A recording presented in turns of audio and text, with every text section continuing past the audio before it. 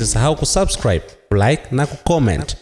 Kanisa la Kiinjili la Kilutheri Tanzania KKT limetoa wito kwa serikali kusikiliza na kushughulikia malalamiko ya wananchi kwa namna itakayojenga umoja wa kitaifa na kuimarisha utengemano wa kijamii. Kupitia taarifa iliyotolewa na mkuu wa kanisa hilo, Askofu Dr. Alex J. Malasusa, KKT imesisitiza umuhimu wa haki na usawa katika kushughulikia matukio yaliyosababisha vifo na madhara kwa raia kufuatia tukio la tarehe 29 Oktoba 2025, siku ya maandamano ya vijana wa Kitanzania ambayo yaliambatana na uchaguzi wa urais wa bunge na madiwani. Askofu Malasusa ameitaka serikali kuhakikisha kuwa raia wote waliopoteza maisha au kuathiriwa katika tukio hilo wanatendewa haki kwa mujibu wa sheria na utu wa kibinadamu. Aidha, kanisa hilo limewataka waumini wote kushiriki katika wiki ya maombi maalum kwa taifa itakayofanyika kuanzia Jumapili ya tarehe 16 Novemba 2025 hadi Jumapili ya tarehe 23 Novemba 2025. Katika kipindi hicho, ibada za Jumapili zitatumia ujumbe wa kalenda, huku siku za katikati ya wiki zikifuata utaratibu maalum uliowekwa na kanisa. Kanisa linakumbusha kuwa matumizi ya nguvu ya kupita kiasi kwa yoyote